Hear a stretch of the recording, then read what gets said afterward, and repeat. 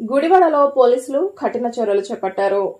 One town police స్టేషన్లో DSP Srinivas media సమావేశం నిర్వహించి కీలక వివరాలు వెల్లడించారు.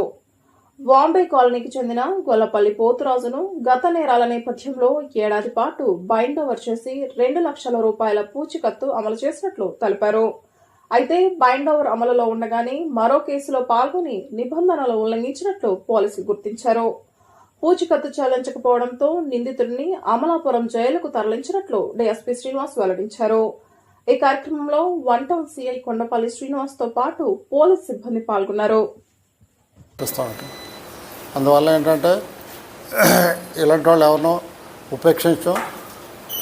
కృష్ణా జిల్లా ఎస్పీ గారు శ్రీ విద్యాసాగర్ నాయుడు ఐపీఎస్ గారు ఆదేశాల ప్రకారం వారి యొక్క వినూత్నమైన ఏదైనా కొత్త న్యూ మెథడ్స్ ఉపయోగించి ఈ నేరాలు తగ్గించడం, ఈ గాంజా ఇలాంటివి లేకుండా చేయడం, ప్రజలకి స్త్రీ మీద జరిగే అగాత్యాలు తగ్గించడం, ఇవన్నీ చేయడం కొరకు ఇవన్నీ చేస్తున్నాం.